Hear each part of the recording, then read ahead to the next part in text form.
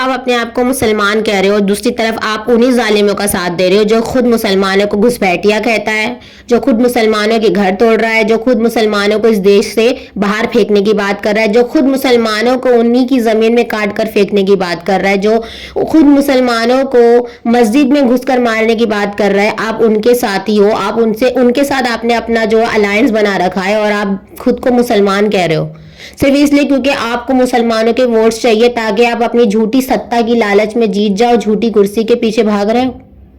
یہ مسلمان ہو آپ اپنی لالچ کی وجہ سے دوسرے مسلمانوں کو جو نقصان کرو نا اس کی آپ کو بھرپائی کرنی پڑے گی، یہاں بھی اور وہاں بھی. یہ بات آپ یاد رکھو. آپ صلی اللہ علیہ وسلم فرماتے ہیں جس نے اپنے مسلمان بھائی کو نقصان پہنچایا اللہ اس کا نقصان کرے، اور جس نے کسی مسلمان کو مشقت پریشانی سے دوچار کیا اللہ اسے مشقت اور پریشانی میں ڈالے. آپ یہاں مسلمانوں کو تکلیف دو گے، اللہ تعالیٰ نے پھر آپ کا ٹھکانہ مقرر کر کے رکھ چکا ہے. یہ بات آپ یاد رکھو. اللہ یہ کہ آپ توبہ کر لے اور حق پر آ جائے، ورنہ آپ کا حال بھی وہی ہوگا جو ان ظالموں کا ہو رہا ہے. یاد رکھیں ظالم کا ساتھ دینے والا بھی ظالم ہے.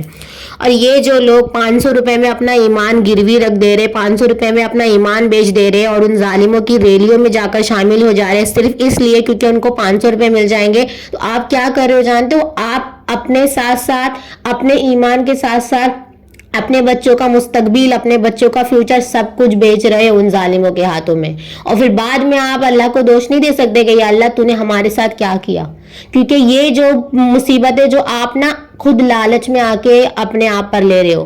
جانتے ہو نا مال میں فتنہ ہے، اگر مال میں فتنہ نہیں ہوتا، اگر مال کی جو لالچ ہے اس سے مسلمان کو نقصان نہیں ہوتا تو جنگ احد بھی ہم مسلمانوں کی فتح میں آتا، جنگ احد بھی ہم مسلمان جیتتے. صرف اسی لیے کیونکہ مال غنیمت کی لالچ میں لوگ وہاں سے پہاڑ سے اتر کر نیچے آ گئے، اس وجہ سے جنگ احد ہار گئے اور ہمارا اتنا بڑا نقصان ہو گیا کہ ہم نے حضرت حمزہ کو کھو دیا تھا اس وقت. اس کے باوجود آپ کی آنکھیں نہیں کھلی اور آپ آج بھی اس ستا کی لالچ کے جو لالچی لوگ ہیں ان کی باتوں میں آ کر اپنا ایمان 500 روپے میں بیچ کر ان کی ریلیوں میں شامل ہو رہے ہو، اپنے ووٹس، اپنے قیمتی ووٹس ان ظالموں کو دے رہے ہو جو ظالم خود آپ کو، آپ کے اولادوں کو اس دیش سے نکالنا چاہتے، باہر پھینکنا چاہتے. پلیز جاگو، پلیز جاگو. آپ کو اب مل جل کر ایک ساتھ ہو کر اب لڑنا ہوگا اپنی حق کی لڑائی. آپ اگر اس طرح خود پیچھے ہٹ جاؤ گے، خود لالچ میں ڈوب جاؤ گے تو آپ کے بچوں کا مستقبل، آپ کا مستقبل سب کچھ آپ داؤ پہ لگا دو گے. اور اس کا دوش آپ اللہ کو نہیں دے سکتے کیونکہ آپ خود جانتے ہو کہ آپ خود اپنی لالچ کی وجہ سے اس حال میں پہنچو گے.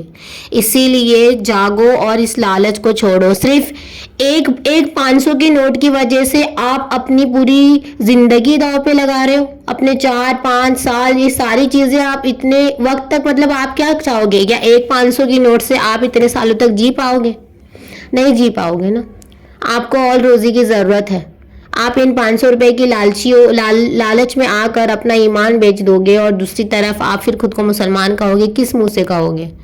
کیا آپ کو اللہ کا ڈر نہیں؟ کیا آپ کو اللہ تعالیٰ پالنے کے لیے بیٹھا ہے یہ آپ کو پتہ نہیں؟